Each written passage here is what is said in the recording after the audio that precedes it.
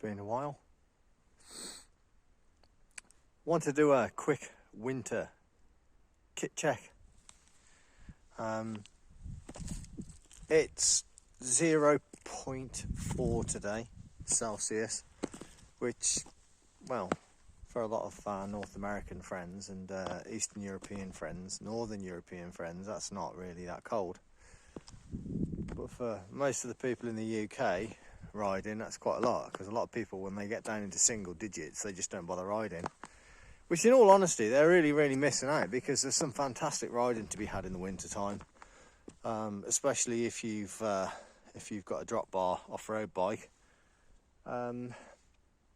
You know, because the roads can obviously be a bit slippy, bit of patches of black ice and debris that's being washed in because we've had a lot of rain. So the trails now, where I am in the forest, we've had a couple of hard frosts. Last night was -7, so as you can appreciate, the trails where the mud had collected is frozen. But today I'm not really riding on any of those trails. I'm just riding on these gravel fire roads, which is ideal. It's like riding on hard pack stuff. It's, you know, I'm not dirty at all. I've only been out for about 50 minutes, which is ample, really. So kit check. We'll start from the neck down. A Castelli neck tube. This is an old one. Not that warm, but it just stops the wind sort of chafing around the side of my neck and face. I find if I put anything over my nose, I tend to start steaming these glasses up. I haven't really found a way to stop that happening, which is a bit of a bummer. Jacket. One of my firm favourites. I bought 3 of these because they were on offer. Because I thought, well, if ever I come off in the forest and trash one, they are just the best. This is the Castelli Velocissimo jacket, which has got I think it's an Infinium 205 all over the jacket, apart from the back, which you can just see that black at the bottom there. I think that's just their stretchy Thermotex, I think they call it. Something like that. It's a bit like their Nanotech stuff. It's a bit thicker and stretchier and warmer. Underneath this, I've got a Castelli Pro Gilet. Again, a really understated piece of kit. Everybody looks at the Perfetto Ross and stuff like that, but this is a totally different jersey because it doesn't have any water repellency or any wind protection. It's sort of like a little bit waffly inside. It's very thin, but underneath any tight-fitting race clothing, it is absolutely stupendous. It is such a great bit of kit.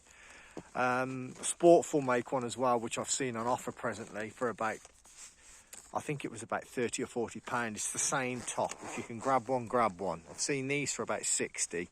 These vests, absolutely brilliant.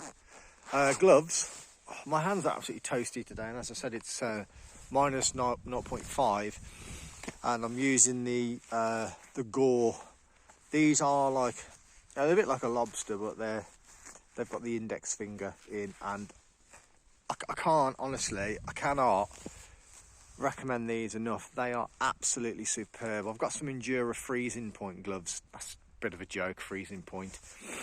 I know we're all different, but for me, they get down to about 5 degrees and they're done. My hands are pretty cold. My fingertips get really cold.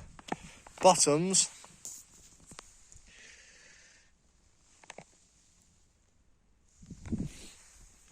If you're a winter rider, you've got to have some Gore Infinium bottoms. I'm talking about Castelli now. If you're a Rafa man, whatever, or Le Col, Endura, whatever, but I'm going to be talking about Castelli stuff because, as you are aware, I can't talk very well, my face is a bit frozen. A bit of a fanboy for Castelli and Sportful. But these are the Castelli Polar 3. Again, I can't recommend them enough. But if you see the Sportful ones, which are the same bibs, buy them. I've seen them on offer for £72. £72 for a pair of full Gore windstopper bib tights. They have again got like a thermo flex on the back, which to be fair, you don't really need the gore all the way around it, the windstopper, because they would just be too inflexible and uncomfortable, and you're not getting that sort of beating off the cold winds at the back of your legs. You're only getting it at the front. So those are unbelievably good. You cannot feel any of the wind whatsoever. It is a 100% wind block, as is this jacket. On my feet, I have a pair of Castelli Quindici socks. Unfortunately for me, they have got merino wool in, and I did buy them before I was a vegan a few years back, but I'm not going to throw them away because of that. They're quite warm actually, they're not too bad. I do think merino wool is a little bit overstated really. There are other alternatives out there, such as socks that contain, oh man, my memory's not serving me well today. What's the stuff called? Primaloft. That's what I was thinking of. I've got some Sportful socks with Primaloft threaded in. They're quite good actually. I'd probably take those over merino wool. Obviously, being a vegan, I'm going to say that anyway. But they you know, they're on par with them at least. I've got a pair of boots on today. You can't see them, but they are a pair of old Specialized defroster boots, and no joke, they are about 15 years old and they're still going. Absolutely brilliant. A lot of people didn't like them because they got a funny fastening system where you've got the boa and there's a loop in the material which flaps over the front of the shoe to protect it and slips under the boa. Some people don't like that, but I've never had a problem with it. They're very, very good. But I have also got some Dolvio Castelli overshoes on. Can you see? Oh, it's hard for me to get the camera down there, but do not buy those. They are crap. I've split them within a few rides. I've used them on road shoes, mountain bike. They're just not good. They're okay for keeping a bit of a wind chill off, but if you're looking for a really warm, waterproof one, water repellent one, don't buy these. They let water in like you wouldn't believe. They're more for keeping your feet warm sort of overshoe. They don't do a bad job, but look more towards Sportful Fiandre or the Castelli Perfetto Ross ones. Expensive, but they get the job done. To be honest with you, there's nothing better than a really nice warm shoe. The price of some of the overshoes is pretty bad, so I'd probably go for a shoe rather than that. But if you're riding for more than a few hours in these sort of conditions and colder, it's also nice to have an overshoe just to protect your feet, just to take that wind chill off as well. I think that's about it really.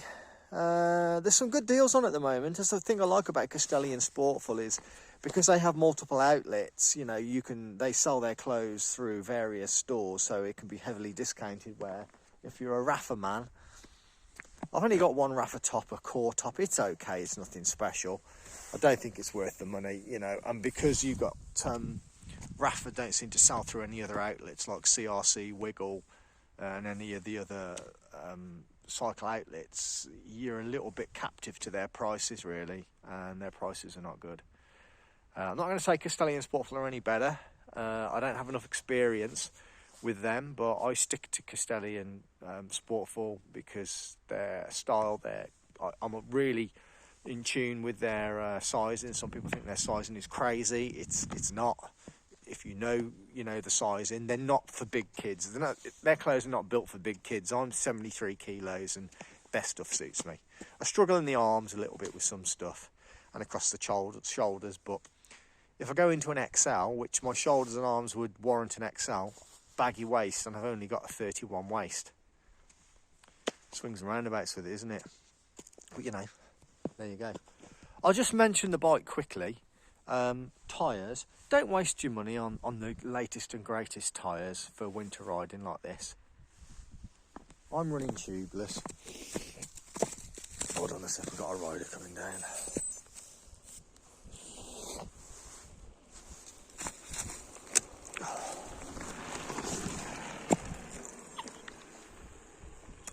And I'm running tubeless, and I am running Schwalbe G1 all round. 31mm for dirty, crappy roads and these fire trails is absolutely ideal.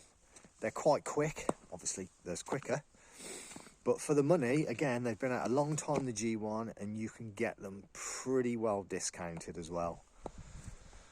So, you know, I'll ride bigger tyres when it's muddy. I was riding 47 Rutlands the other week, but you get them on the road and they're really, really slow. Those 35s are a good compromise as well. So I'm, as I said, 73 kilos. Today I'm running 50 in the rear, 46 in the front.